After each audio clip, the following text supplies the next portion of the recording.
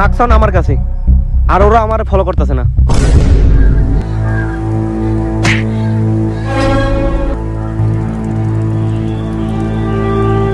এইটা করা ছাড়া আমার আর কোনো উপায় নাই।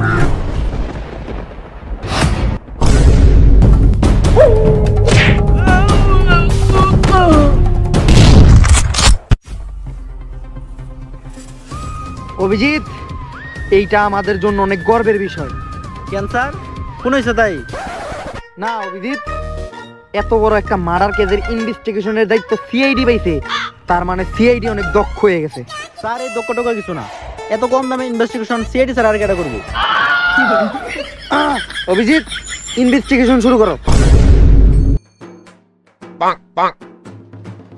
অভিজিৎ, লাশের গায়ে রক্ত লেগে আছে, তার মানে বুঝতেছো? না স্যার। লাশের গায়ে রক্ত লেগে আছে, তার মানেটা বুঝতেছো তুমি? না স্যার। তার মানে লাশের শরীর থেকে রক্ত বেরিয়েছে, এটা তো একটা কমন বিষয়। আর লাশটা দেখে আমার যা মনে হইতাছে এইটা কোনো মারান না, ওগরে কোনো হিংস্র জানোয়ারে ছিঁড়া খাইছে, যেমন বাঘ। স্যার বাঘ তো ইদানিং সুন্দরবনে পাওয়া যায় না, আপনি এই জগা জঙ্গলে বাঘ কই পেলেন? না অভিজিৎ, আমি এই এলাকার মানুষের কাছে গোপন সূত্রে জানতে পারছি এই এলাকার ঝোপ জঙ্গল নাকি মাঝে মধ্যে লড়ে। স্যার ঝোপ জঙ্গল তো অনেক কারণে লড়ে, যেমন আপনি আর ম্যাডাম তো বিয়ের আগে অনেকবার ঝোপ জঙ্গল লড়াইছেন। অভিজিৎ, বিয়ার আগের কথা আমি বিয়ার আগেই ভুলে গেছি। স্যার আপনি ভুলে গেলেন কেমনে? আপনার ম্যাডামের বিয়েও তো হয়েছে ঝোপ জঙ্গলে ধরে পড়িয়া, আর ঝোপ জঙ্গলের লগে তো আপনার আগে থেকে একটা সম্পর্ক আছে। আরে অভিজিৎ, এইটা গোপন কথা। আর এই জায়গায় তুই আর আমি ছাড়াও আরো 2টা লাশ আছে, যদি ওরা হুই না লাই তাইলে পুরো এলাকা ছড়াই দিব। সিআইডির মান মানে একেবারে ধুলাই মিশা যাইব, তো এইগুলা সব জায়গায় কোয়া যাইব না। আর আমার মতে এইটা কোনো মারারই না, অগরে পশু পাখি দিয়ে খাইছে কনফার্ম। আর এসিবি নির্ণয় কখনোই ভুলয় না, কেস ক্লোজ। আরে ফেডিক্স, কই আছিলা তুমি? কেস তো ক্লোজ করে দিলাম। ধর স্যার, কেস ক্লোজ হইছে, এই মাত্র ফরেনসিক টেস্ট করে জানা গেল এটা ক্লিয়ার খুন হইছে। অভিজিৎ, আমি ওইটাই কইতাছিলাম। স্যার আপনি এটা কইতেছিলেন কেমনে? আপনি না কইলেন নিজে কোনো মার্ডার হয় নাই? আসলে অভিজিৎ, এই জায়গায় তো মার্ডার হয় নাই, এই জায়গায় খুন হইছে। স্যার স্যার, আমি একটা এজেন্ট, আমি ওই খুনিরই ফলো করতেছিলাম, আর ওর পিছনে আমি একটা জিপিএস ট্র্যাকার লাগাই দিছি, যার লোকেশন এই ফোনে দেখাইব। খুনির কোনো বিবরণ? খুনি খুন করার আগে একটা মাস্ক পরছিল, আর ওইটা কোনো এর লেগে আমি সবসময় কই রোজার ভিতরে গালি দিও না।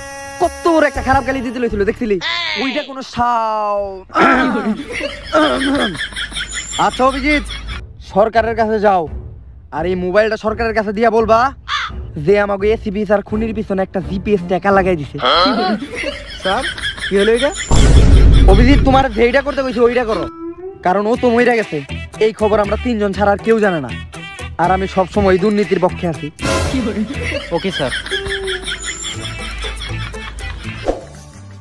সরকার, এই মাস্ক পরা খুনির অত্যাচার তো দিন দিন বাইরে যাইতাছে। সমস্যা নাই, এখন থেকে আর কোনো খুন হইব না। আমি এই কেসের দায়িত্ব সিআইডি রে দিছি। হ্যালো সরকার, এই মাত্র একটা খুন হইল। সিআইডি নানি রে খালি কর। সরকার, অভিজিৎ এসে এই ফোনটা দিয়ে গেছে, আর এসিপি নাকি ওই খুনির পিছনে জিপিএস ট্র্যাকার লাগাই দিছে, তাই খুনির লোকেশন এই মোবাইলেই দেখা যাবে। কিন্তু খুনির ধরবো কে? ইন্সপেক্টর পুষ্পা।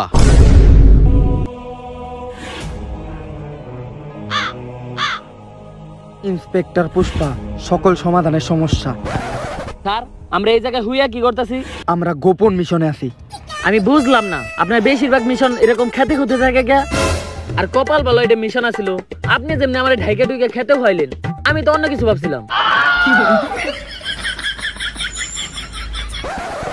শহরে যে নতুন মাস্ক পরা খুনি বেরিয়েছে, ওরে ধরার দায়িত্ব ইন্সপেক্টর পুষ্পারে দেওয়া হয়েছে। আর এই মোবাইলেই আছে ওই খুনির লোকেশন।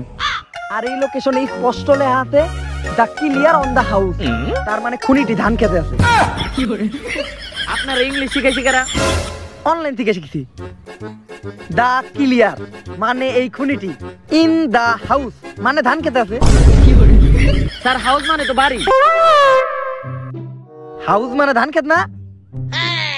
মাইয়া গো মতো অনলাইনের উপরে থেকে আজকে থেকে বিশ্বাস উঠে গেল। স্যার আমরা মিশনে তো আইছি, কিন্তু আমাকে ইউনিফর্ম কই? এইটা আন্ডারওয়্যার মিশন, এই মিশনে আমাকে ইউনিফর্ম পরা যাবে না। আরে স্যার এটা আন্ডারওয়্যার না, এটা আন্ডার কভার। এই যে যেই হোক এখন আমাকে বাড়িটাই যাইতে হইব।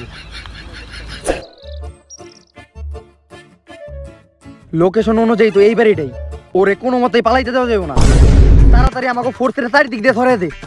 2 জনের ডাইনে পাঠা, 2 জনের বামে, 4 জনের উপরে পাঠা, আর আমরা মেইন দরজা দিয়ে ঢুকুন। কিন্তু স্যার আমরা তো 2 জনই আছি। আমরা মাত্র 2 জনেই আছি। বুঝতে পারছি, সব কয়টার আমি চাকরি থেকে বের করে দিছি। স্যার আপনি বের করলেন কেমনে? আপনার লগে তো কেউ করতেই চায় না। মানে মানে চাকরি। ও আচ্ছা চাকরি, আচ্ছা সমস্যা নাই, কোনো ফোর্সের প্রয়োজন নাই। এইরকম একটা মাস্ক পরা সন্ত্রাসী ধরতে আবার ফোর্স লাগে নাকি? ওর জন্য আমি একাই যথেষ্ট। তুই খালি আমার লগে আয়। তুই কিন্তু আমার লগে লগেই থাকিস, আবার ভাবিস না আমি ভয় পাইতেছি বলে তোর লগে লগে থাকতে কইছি। আসলে তুই যাতে ভয় না পাস এর লেগে আমি তোর লগে লগে থাকতে কইছি, যাতে তোর কিছু না হয়। কারণ তোর নানি আমার ফোন দিয়া কইছে তোর একটু খেয়াল রাখতে। কিন্তু স্যার আমার নানি তো 5 বছর আগে মরছে। মহিলা গেছে, খরচের দাওয়াত তো দেশ নাই। আচ্ছা ওইটা কোনো সমস্যা না, তোর নানির আর আমার সম্পর্ক হলো আত্মার সম্পর্ক, বাইসা না থাকলেও চলবে। তুই আমার লগে লগেই থাকিস, তুই কিন্তু আমার লগে লগেই থাকিস। তুই কোনো ভয় পাইস না, আমি থাকতে তোর কোনো কিছু হইতে দিব না। তুই আমার লগে লগেই থাকিস, ভয় পাইস না। স্যার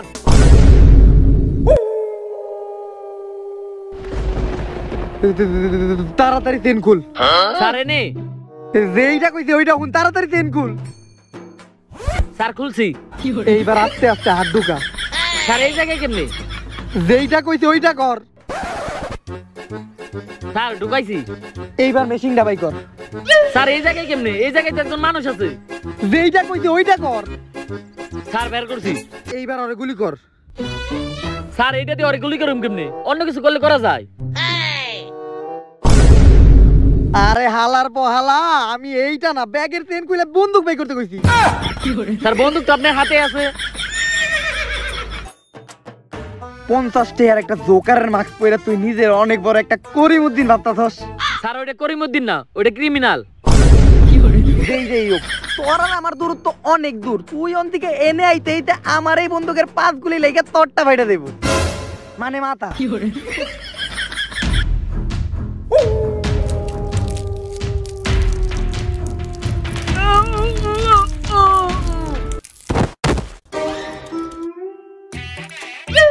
আমি মজা করতেছিলাম, আসলে এই বন্ধুকে তো বুলেট নাই, আর আমি রোজা রাখছি তো মুখ দিয়ে অনেক ভুলভাল কথা বেরিয়ে যাইতেছে। রোজাই ধরছে তো আমার পরিমণি লিজেন।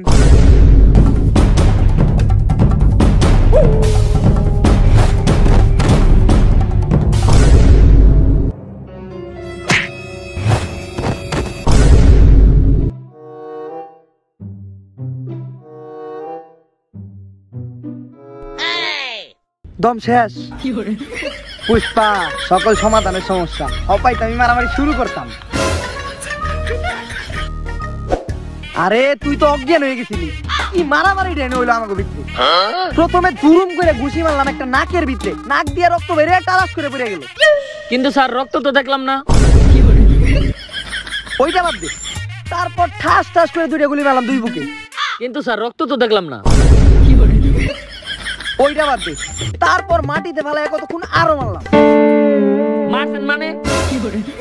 তুই যেটা ভাবছিস ওইটা মারি নাই, ওর নাকে মুখে মারছি। কিন্তু স্যার রক্ত তো দেখলাম না।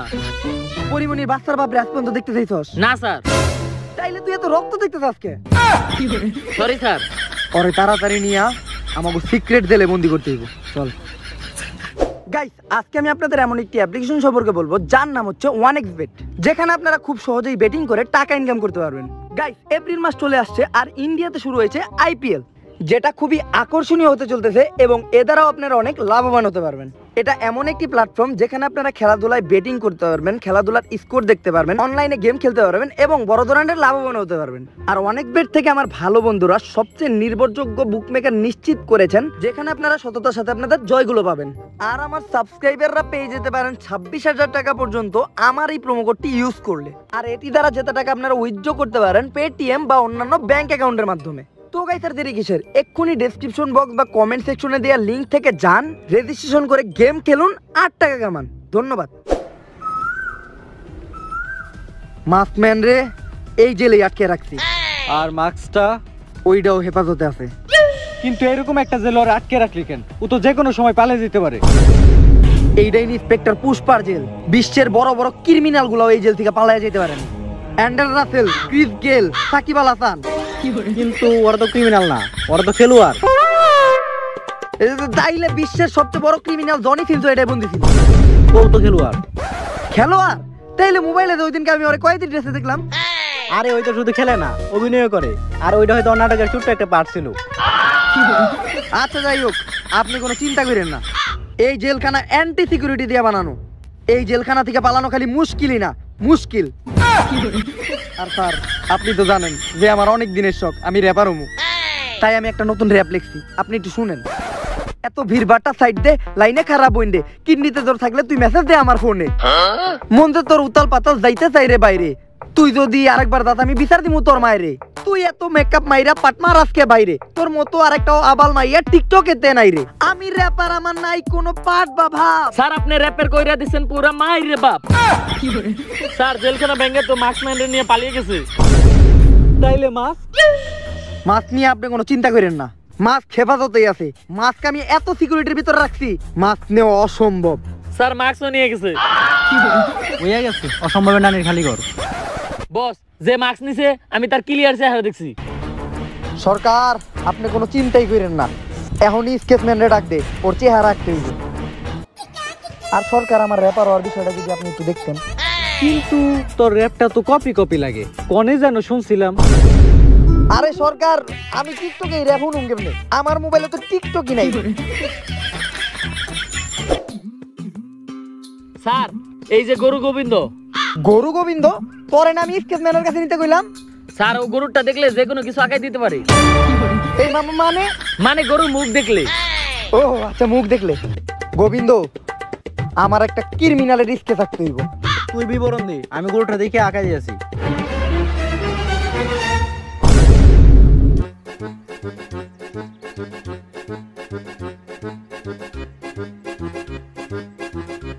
ও গরুর কোনটা দেখে, মুখ নাকি?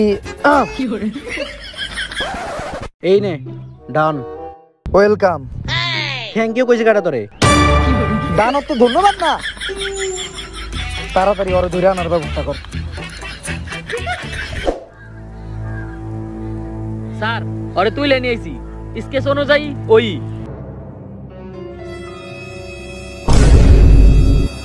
এই টাকার গেইছস? এজেন্ট জনি সিনস, খাটে না মাঠে খেলি। তুই ওরে ধরে আনছস কে? স্যার স্কেচে তো ওরই ছবি আঁকা ছিল। স্কেচটা দেখি।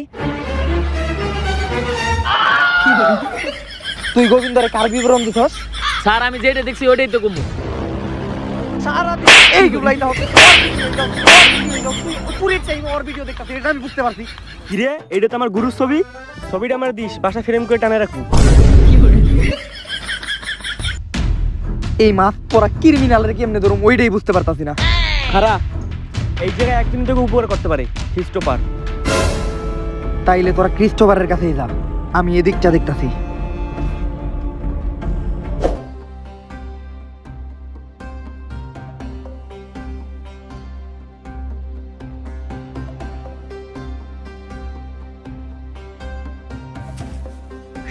এইটাই খ্রিস্টোপার।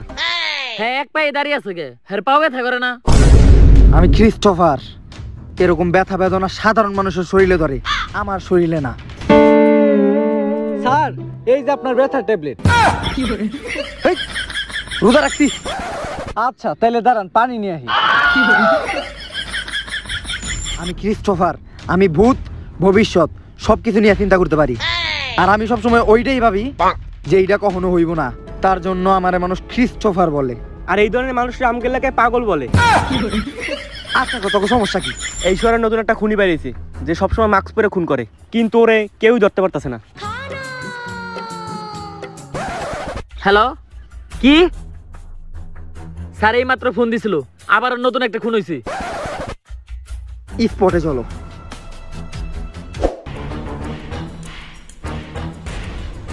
ভিডিও অন কর, 15 সেকেন্ডে ভিডিও করবি। কেন খালি 15 সেকেন্ড কেন? আমগো ভাষায় 15 সেকেন্ডের ভিডিওরে প্রুফ কয়, আর আমার ভাষায় এটারে টিকটক কয়, যেটা আমি করি। আর আমগো ভাষায় যারা টিকটক করে হ্যাঁ করে প্রতিবন্ধী কয়।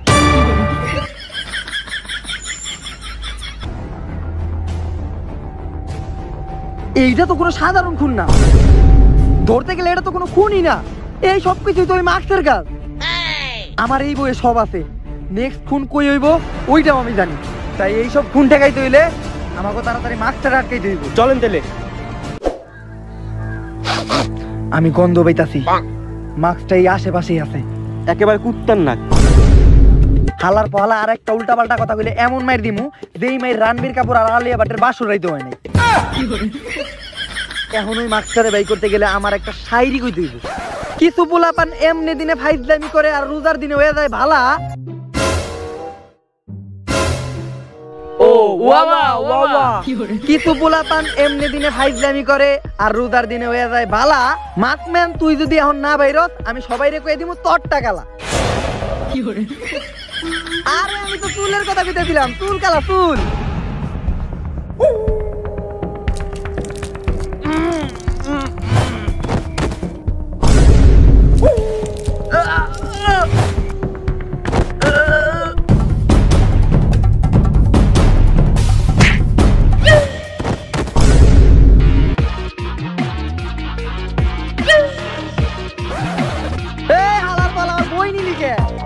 আরে কেমনে ধরুম ওই মার্কসম্যান রে? মার্কসম্যান তো পাইতাছি না। স্যার এই খুনগুলো কোনো খুনি না, সব এই মার্কসের জন্য হইতাছে। মার্কসের মানে? এই মার্কসটা কোনো সাধারণ মার্কস না, এই মার্কসটা কোথায় থেকে আইছে সব এই বইয়ে লেখা আছে। ঘটনাটা অনেক আগের। তোমার নানির হেলিকপ্টার, তোমার নানার নৌকা, বস শিবাল্লি তোমার অনেক বড় মন। আরে শ্রীভাল্লি, টিকটকের ম্যাগ মতো তো মাঝে মধ্যে আমার একটু খাইয়ে দিতে পারো, আমার মা কিন্তু মাইন্ড করবো না। এই শ্রীভাল্লি রে আমার চাই। বেবি আজকে আমি মেয়ে গো প্রশংসায় নতুন একটা কবিতা লিখছি। মেয়ে তুমি জ্ঞানী, তুমি নির্মম। মেয়ে তুমি ছেলেদের শিখাইছো, ছেলে তুমি রাখতে জানো না, রাখতে জানলে মেয়েদের মতো একসাথে রাখা যায় 6 জন। এটা তুমি প্রশংসা করলা না অপমান করলা? আর তুমি তাকে সারাদিন তোমার কবিতা নিয়ে। না বেবি, আমি ইদানিং এক্সপেরিমেন্ট শুরু করছি। এই তো কিছুদিন আগে আমি ছোট জিনিসটা বড় করার একটা এক্সপেরিমেন্ট করছি। আজ পর্যন্ত নিজেরটা বড় করতে পারলো না? কি মানে মন মন। ও আচ্ছা বেবি, তোমার আমি একটা গোপন কথা বলি। আমি এই মাস্কটা বানাইছি, আর এই মাস্কটার ক্ষমতা হইলো মরার পর যে কারো আত্মা এই মাস্কে ঢুকতে পারবে। এই উঠা সুন্দরী রে, সরকার আমার উপরে ছেড়ে দে। ছেড়ে দে শয়তান, এত দূরাদূরি করার কোনো দরকার নাই। আমি তো ওগুলোকে ইমরেতে যাবো, এ হালাই পারে না। মানে চাকরি করে খাওয়াতে। আর সরকারি লোকের মারার পর মৃত্যু প্রতিশোধ নেওয়ার জন্য মার্কসের ভিতরে ঢুকে ওর আত্মা। আর তাই এই মার্কসটা যে পড়ে তার ভিতরে ওর আত্মা ঢুকে যায়। তাই এই মার্কসটারে কাউরে পড়তে দেওয়া যাবে না। Sir sir